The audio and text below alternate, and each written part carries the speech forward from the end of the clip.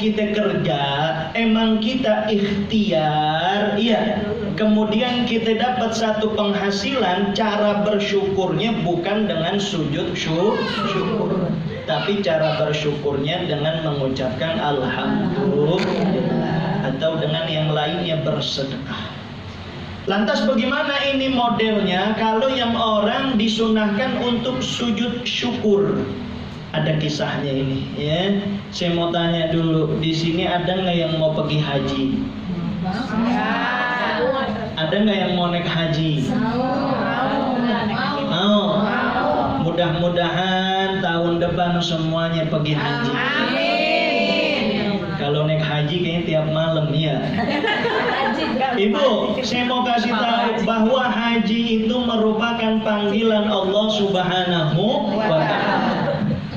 Jadi kalau orang udah pengen haji, kalau belum haji mudah-mudahan bisa umroh. Amin. Amin. Ya Rabbal Alamin. Kalau udah pengen muncul rasa haji, pengen berangkat umroh, pengen berangkat, jangan lagi mikirin duit.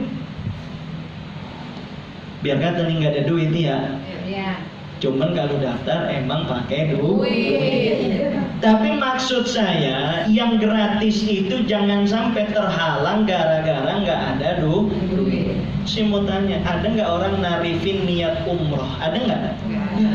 Niat itu gratis. Doa gratis nggak? Gratis. Makanya ada satu cerita orang sujud syukur lantaran dia lagi nyebrang jalan tiba-tiba keserempet. Pas banget itu yang lewat nenek-nenek lagi. Kalau yang lewat gadis mungkin jadinya film itu. Keluar itu orang yang nyerempet, dia bilang, "Nek, ngapa?" "Enggak, ini enggak apa-apa, udah paling ngurut doang ini kajinain udah selesai." "Oh ya udah kalau begitu enggak perlu ke rumah sakit." "Enggak usah tong," kata nenek-nenek itu. Iya, nenek-nenek. Yang nenek-nenek nyaut. "Udah nggak apa-apa, biarin aja." "Ya udah kalau begitu saya minta KTP-nya. Nanti insya Allah seminggu lagi saya datang lagi." Diambil KTP-nya, dia nggak tahu.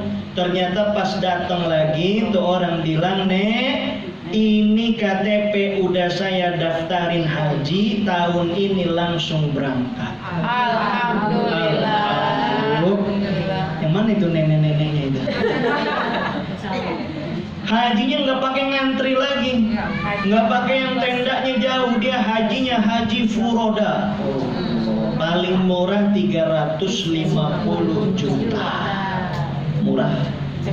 Ada orang Lebak Bulus itu kerjaannya dia cuma haji furoda. Cuma nama nenek-nenek dengar begitu, dia nggak pernah daftar, dia nggak pernah masuk antrian pemerintah, duit dia kagak pegang, tiba-tiba Allah kasih haji, itulah baru disunahkan sujud syukur. Jadi nggak pakai dia usaha, nggak pakai dia nanti-nanti, maka kemudian dia dapat rezeki yang tanpa terduga. Gak mungkin kemudian dia langsung saat itu juga, mungkin dia gak punya wudhu, maka ambil wudhu dulu dalam keadaan yang tenang, gelar sejadah, kumpulin hati khusyuk kepada Allah, baru dia sujud syukur.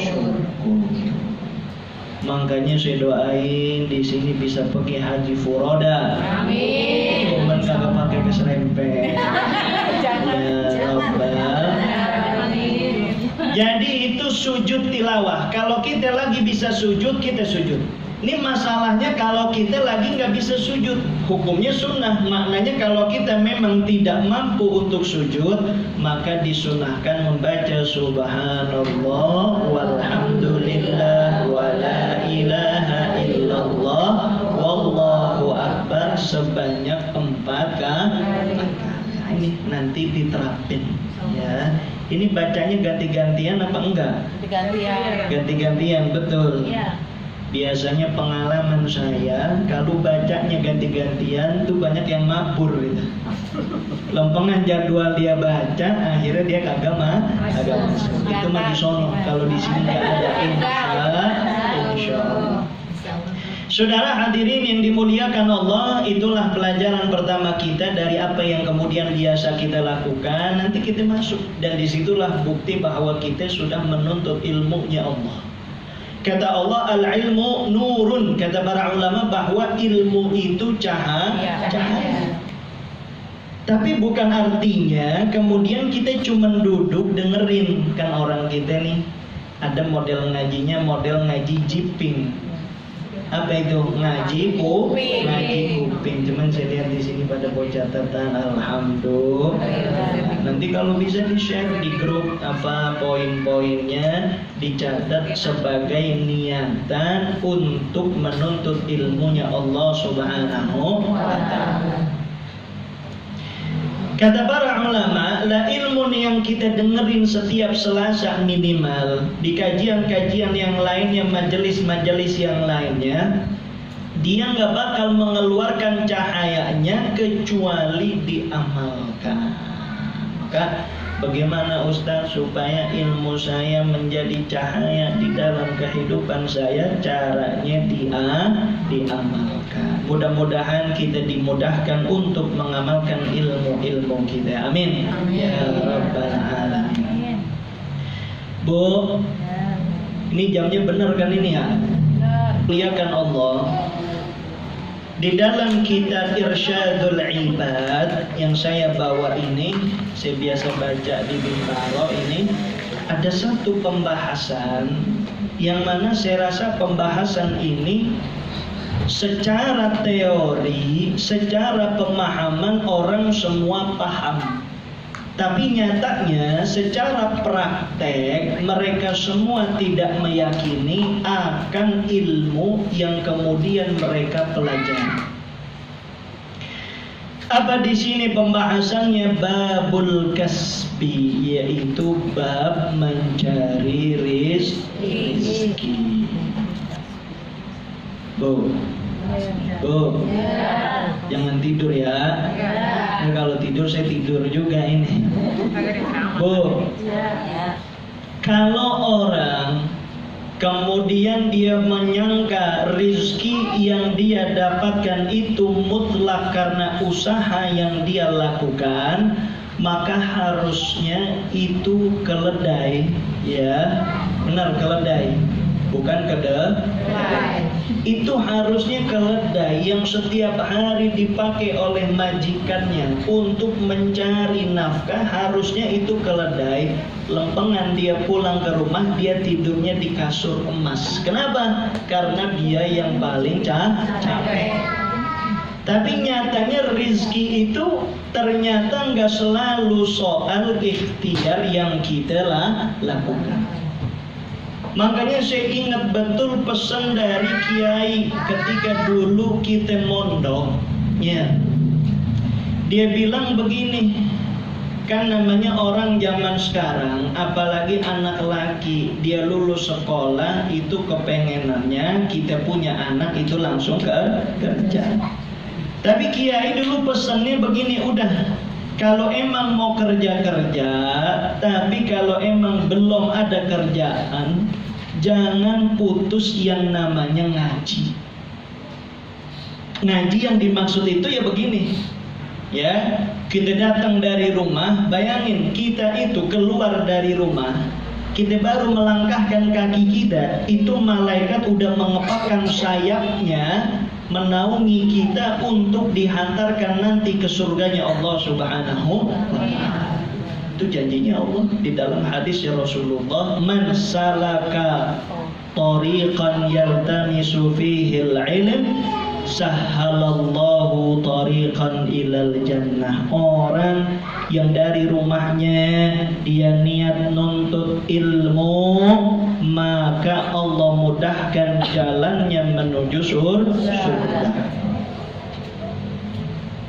Secara zahir kita menuntut ilmunya Allah, tapi ternyata kata Kiai jangan tinggalin yang namanya ngaji, sebab orang yang ngaji punya rizki khusus dari Allah Subhanahu wa ta'ala.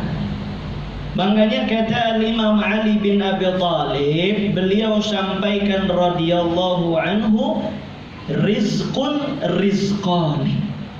Kata beliau bahwa yang namanya rizki itu modelnya ada dua. Yang pertama, rizkun tatlubuhu wa rizkun yatlubuka. Apa itu wahai imam? Dua jenis macam rizki. Yang pertama, rizki yang kamu kejar. Bahasa orang kita, rizki yang kita udak-udak. Paham udak-udak? Yang kita uber-uber. Itu jenis rizki yang pertama. Dan ini yang kebanyakan orang yakini, sehingga ketika dia mencari rizki, tapi secara tidak langsung dia meninggalkan sang pemberi rizki. Ini nggak bisa diterima oleh akal sehat. Yang kedua, rizkun yatlubuka. Sedangkan yang kedua ialah rizki yang ngober-ngober kita. Bukan hanya sampai di warung-warung kita usaha, bukan hanya sampai di kantor-kantor tempat kita kerja, tempat suami kerja. Enggak, rizki itu bakal nguber sampai depan rumah kita. Enggak bakal dia salah alamat. Maka pertanyaannya, ya, kalau kita disuruh milih ini, kita pengennya ngober-ngober rizki apa diudak-udak rizki? Benar. Itu menjatahnya kiai kalau itu. Ya kalau kerjaannya cuma ngegosip aja sabanari, yang lagi kerjaannya mancing aja mancing. Gua pokoknya kata Ustadz, entar rizki nguber gua, lu mancing aja. Bukannya rizki nguber, yang ada kecemplung ke dalam empang. Tapi ternyata itu Allah berikan kepada kita. Kalau apa? Kalau kita mendekat kepada Allah, rizki bakal mendekat kepada kita. Maka sungguh beruntung suami-suami, ibu-ibu sekalian yang saat ini sedang mencari nafkah, sedangkan istrinya sedang mendekat kepada Allah Subhanahu wa ta'ala. Jadi secara nggak langsung perilaku kita sebagai seorang istri itu mempengaruhi rizki yang bakal Allah berikan kepada suami. Makanya karena ada dua jenis rizki ini, dulu ada guru sama murid di berdebat. Ulama besar Al-Imam Malik bin Anas rahimahullahu ta'ala dan Imam Syafi'i. Kenal nggak sama Imam Malik? Kalau Kamelia Malik kenal? Mana ini ngajinya sama kita ya? Itu Imam Malik luar biasa ilmunya. Punya murid juga luar biasa ilmunya Imam Syafi'i, yang mana kita kebanyakan menganut pandangan daripada Imam Syafi'i. Ketika itu berdebat lantaran satu hadis Rasulullah. Di dalam hadisnya Rasulullah sampaikan bahwa yang terpenting dari rizki adalah tawakal kepada Allah. Dikasih contoh sama Rasulullah, bayangkan tawakalnya seekor burung, dia keluar dari sangkarnya. Itu burung ketika keluar sangkarnya, dia tahu kagak kantornya di mana itu? Nggak tahu. Dia nggak tahu siapa bosnya, dia nggak tahu dia mau pergi kemana. Yang penting dia keluar. Tapi ketika sore hari dia kembali sudah dalam keadaan perutnya kenyang. Mending kalau laki model begini, dia pulang kenyang, kita belum makan, jangan bukain pintu. Dia doang kenyang, kita belum makan. Kemudian kata Imam Malik tuh, ini buktinya bahwa yang terpenting dari rizki itu adalah tawakal. Imam Malik mengatakan tawakal bukan artinya setiap orang bisa tawakal, enggak. Tawakal itu harus diusahakan, betul nggak? Coba dah, orang yang kagak pernah bisnis, suruh jagain ruko, dibuka semangat banget jam 6 pagi. Ya, orang lagi pada beli nasi uduk, dia lagi buka ruko itu. Ya. Kemudian udah berlalu waktu jam 10, jam 12, belum ada yang beli satupun, ditutup lagi kagak mau jualan. Benar nggak tuh kira-kira? Karena belum yakin.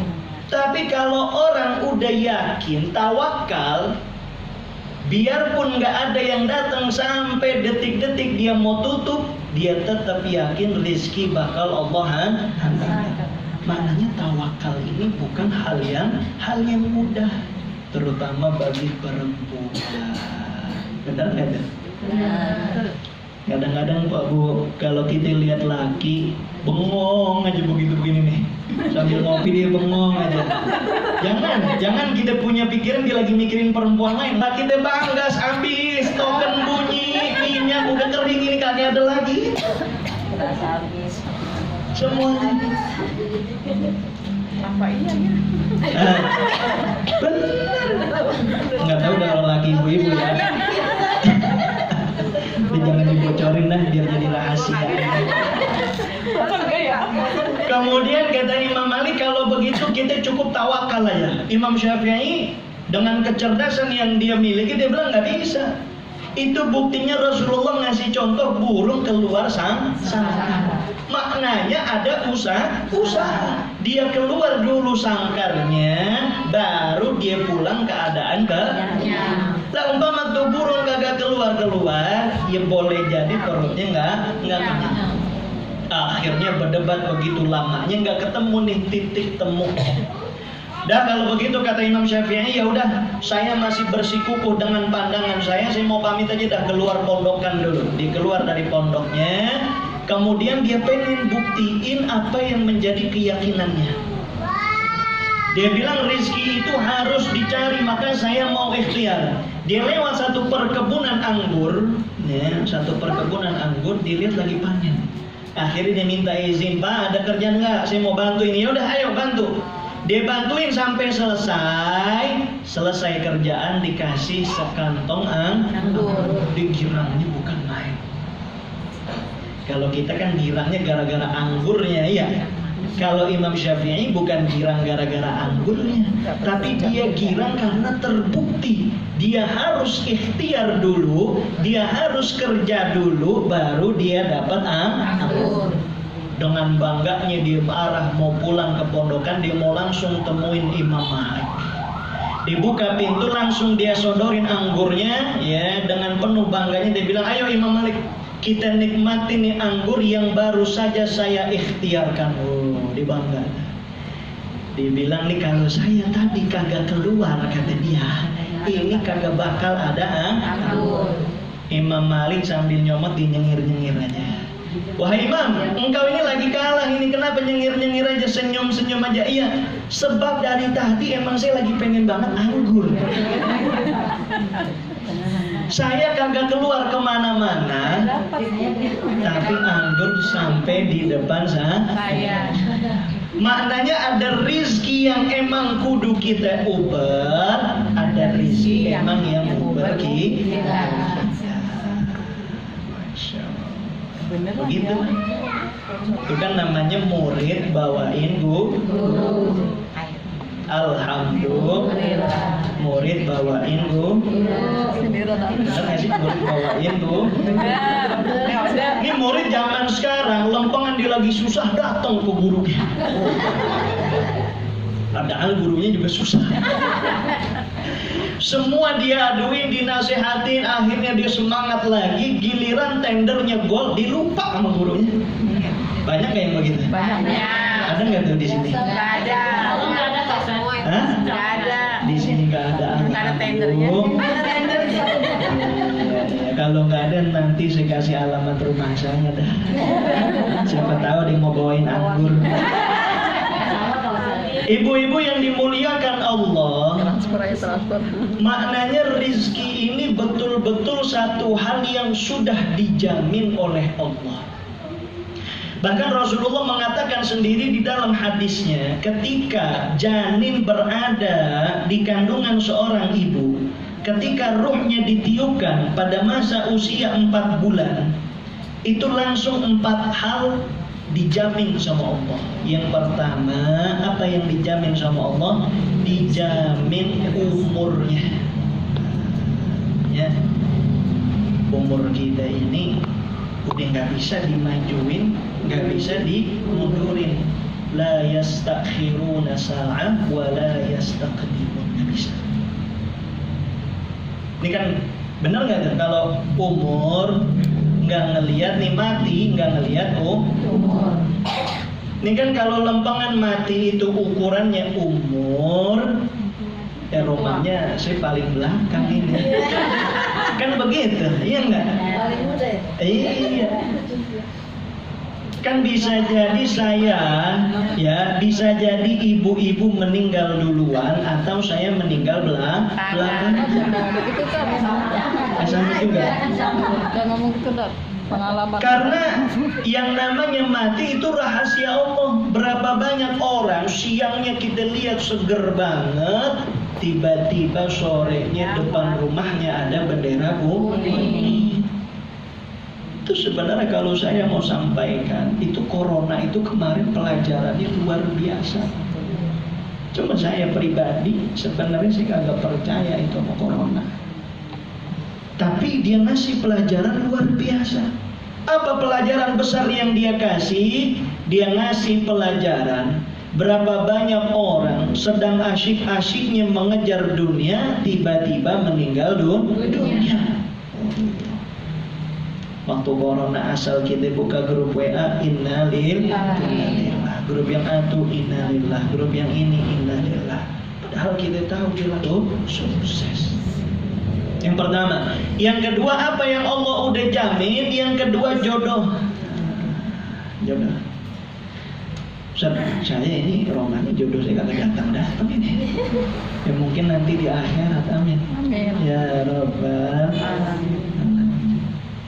Di akhirat jodohnya udah disiapin sama Allah dengan jodoh yang paling bagus.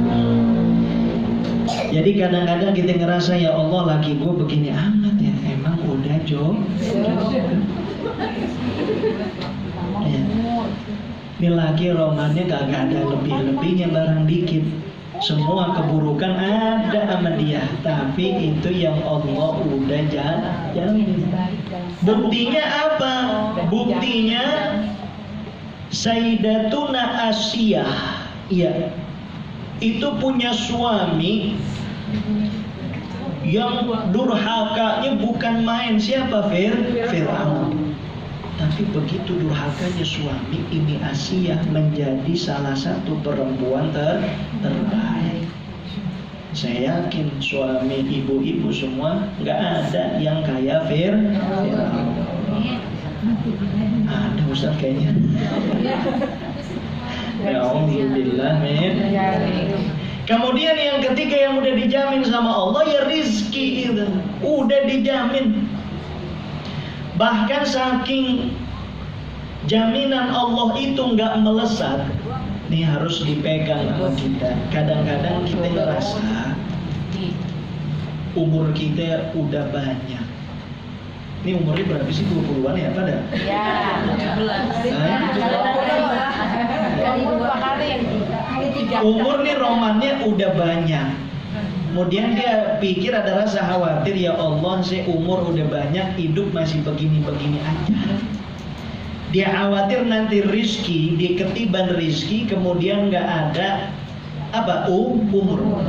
Padahal ini Allah udah janji nggak bakal satu rizki masih tertunda sedangkan dia mati. Maknanya nih rizki yang udah dijamin harus dikasih dulu baru nih orang bisa mati. Makanya ada cerita itu, orang lagi jalan ya, di tanah kosong begitu. Kemudian ketika dia lagi jalan, tiba-tiba dia kejeblos, ternyata ada lubang kecebur. Dia minta tolong sama orang, akhirnya ada yang datang. Alhamdulillah, tuh orang yang datang emang lagi pas banget bawa susu, hangat lagi susunya. Enak gak tuh kira-kira? Kayak manis, hangat enak gak kira-kira? Cobain dulu dah, biar saya bisa jawab. Gue sendiri. Minum sendiri. Jadi saya itu kalau orang ngerasa badan lagi kagak enak, saya bawa teh sendiri. Jadi tadi saya kemari itu nggak tahu udah pas keluar pintu ntar balik lagi. Jangan nonton sehat. Tapi memang majelis ilmu itu ini bukan pertama kalinya. Saya kadang-kadang kalau memang badan lagi ngerasanya ngeretak begitu, Ya badan lagi nggak enak nih, bukannya saya malah istirahat, tapi malah ke majelis ilmu. Sebab pas datang ke majelis ilmu ini bener, badan saya tadi rasanya ya Allah ringsek begitu, ya nggak enak, keretak. Tapi sekarang kok rasanya enak banget. Jadi obatnya sehat. Mudah-mudahan. Karena apa? Karena sakit itu kan sumbernya dua, zahir wa batin. Orang gila, Bu, tahu orang gila? Tahu. Kemarin corona, itu romannya orang gila agak enak. Kita pakai masker sampai 3 lapis. Jaga jarak sampai 3 meter. Iya, orang gila kayak. Sahabat mau ngambil apa aja pakai hand sanitizer, semua udah kita kena juga. Iya benar. Ini kayak orang gila ya. Orang Orang gila kalau nggak boleh apa-apa. jangan-jangan emang kita yang gila ya. Orang gila itu biasanya fisiknya kuat-kuat. Iya benar kan. Di jalan aja nggak ada berhentinya. Cuman kita nggak perlu gila dah. Jadi saya mudah-mudahan kita sehat walafiat. Amin. Ya Rabbal Alamin. Ada susu itu dibawa, akhirnya ditolongin nyampe ke atas, diminumin itu susu, ya, diminumin itu susu, selesai, masya Allah, itu kan namanya rezeki banget emang. Tuh orang tadi emang boleh kepengen banget tuh susu, tapi ngelihat ada orang jatuh dia kasih, mudah-mudahan bisa kasih satu energi. Selesai dia minum, nih orang nanya, dia penasaran bagaimana ceritanya sampai bisa nyusrah. Iya, nyusruk, sampai bisa jatuh begitu, ceritanya bagaimana? Akhirnya dia ceritain, saking khusyuknya cerita, sampai dia jatuh lagi. Dia lagi mau ceritain nih, tadi gua lagi jalan begini, sruk dia jatuh lagi. Jatuh yang pertama dia nggak meninggal, jatuh yang kedua dia meninggal. Sumurnya sama, orangnya sama. Iya, tingginya, dalamnya semua sama. Cuman yang pertama nggak meninggal karena masih ada satu susu ini. Rizkinya dia masih ada yang belum selesai. Tapi lempengan dia udah minum susu. Jatuh mati lah. Hati-hati kalau ada orang ngasih susu. Jangan-jangan tuh, makanya sih nggak mau dikasih teh ini. Takutnya rizki terakhir. Tapi pelajaran yang bisa kita ambil bahwa rizki itu sudah dijamin sama Allah. Maka perempuan zaman sekarang itu harus belajar sama perempuan-perempuan pada masanya sahabat Rasulullah. Dia tuh kalau lakinya pergi nyari duit, dia bilang begini, bang, nyari duit yang halal. Saya bisa nahan perihnya rasa kelaparan, tapi saya nggak bisa nahannya panas api neraka. Biar apa? Biar lakinya kagak nyari sesuatu yang halal. Ini kan enggak kalau perempuan modern zaman sekarang. Lu pokoknya kagak bawa duit, pintu kagak gua buka. Itu mah ibu-ibu daerah sono Cipete. Iya. Jadi kita kudu begitu dan kudu yakin. Perempuan yang memang Allah kasih tugas sebagai murabbiyatul bait, sebagai penguasa di dalam rumahnya, menjaga amanah-amanah dari suaminya, menjaga hartanya, menjaga anaknya, menjaga dirinya, maka yakin keluarnya suami kita mohon sama Allah biar dapat rizki yang halal, rizki yang banyak. Amin. Ya Rabbal Alamin. Kalau kita udah tawakal, itulah yang kemudian akan menolong suami kita di dalam mendapatkan rezeki. Ini orang zaman sekarang, mohon maaf, orang zaman sekarang, makanya saya lagi bahas masalah rezeki ini sebab udah mulai banyak orang yang gak yakin sama rezeki.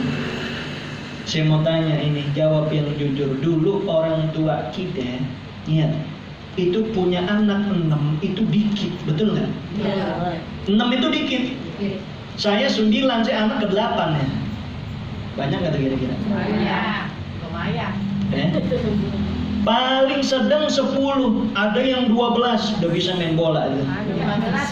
Ada yang 15. Di sini ada nggak yang berapa saudara nih paling banyak? Tua kita kagak kenal itu yang namanya gajian, dia pokoknya kenal pagi dia ke kebun nyari singkong, pulang dibawa direbus tuh singkong, anaknya 12. Hidup semua lagi ya? Hidup semua. Coba. Emang sih faktornya dulu belum ada sinetron. Iya. Jadi perempuan gak ada kerjaan. Di luar itu emang orang zaman dulu itu percaya betul banyak anak, banyak rezeki. Berkah. Sekarang gak begitu. Agak. Itu kemarin lagi rame, ada orang Indonesia tinggal di luar negeri, perempuan masuk di antara dosa besar. Kalau Allah kasih kita anak, kemudian kita merasa nggak bisa ngempanin anak, itu dosa. Kenapa? Karena rezeki itu dari Allah. Kita cuma sebagai peran. Makanya ada orang risau banget, Ustadz, saya bagaimana ini kalau nanti mati anak saya bagaimana? Ya nggak mau bagaimana? Masih hidup, karena yang memberi rezeki ketika kamu masih hidup adalah Allah. Dan ketika kamu mati yang memberi rezeki juga Allah, yang Maha Rahman, yang Maha Rahim. Tuh. Jadi dulu orang punya anak 12, dia nggak tahu-tahu lempengan gaji, pokoknya anaknya dia rawat dengan penuh kasih sayang. Udah pada gede tuh anak, lempengan lebaran dicekelin masing-masing 1 juta. Anaknya 12, jadi berapa itu kira-kira? Ya Allah, gue nyesel katanya. Ngapa kagak 20 waktu itu? Puyengnya bukan main. Ini anak belum lahir. Ya, dia udah mikirin, ya Allah bagaimana biaya kuliahnya. Dia cari asuransi yang ini, yang itu, yang ini, yang itu. Ada satu kisah, pemuda ngadu ke kita, Ustadz, tolongin saya apa? Kata saya, Ustadz ini saya puyengnya bukan main. Kayaknya saya udah bingung ini bagaimana hidup. Anak saya bagaimana ini nanti kuliah. Dia sodorin, biaya masuk TK, sekarang TK, biaya masuknya ada yang 15 juta. Ada nggak tuh? Itu Ustaz, iya, yakin. Akhirnya dia tenang. Dia tenang, udah saya kasih teh manisnya hangat lagi. Enak nggak tuh kira-kira tehnya? Nah, pikirannya, saya tanya begini, Bu, saya tanya begini, Tong, ya anak muda, lu puyeng banget begitu, emang anak lu berapa sih sampai puyeng banget begitu? Lihat apa jawaban dia. Ya saya sih sekarang baru nyari calon ini. Kekayaan semuanya dipertontonkan. Bil sekian. Akhirnya anak-anak kita yang ada di dalam benak dia sukses itu ya begitu. Lah kita juga maaf. Kalau kita masih nganggap suksesnya anak kita dengan dia tingginya jabatan, banyaknya gelar, melimpahnya harta, kita salah. Sebab nanti kalau kita sudah mati, nggak ada yang amin sih. Amin. Mati kan udah pasti. Maksudnya husnul khotimah. Nanti kita mati, kita udah dipendem itu sedalam-dalamnya di dalam tanah. Kemudian anak yang kita bangga-banggakan jabatannya tinggi, banyaknya harta, luasnya ilmu, tapi kalau dia nggak pernah ziarah ke makam kita, maka kita bakal menangis di dalam kubur kita. Saya mau tanya, jawab yang kompak. Nanti kita mati.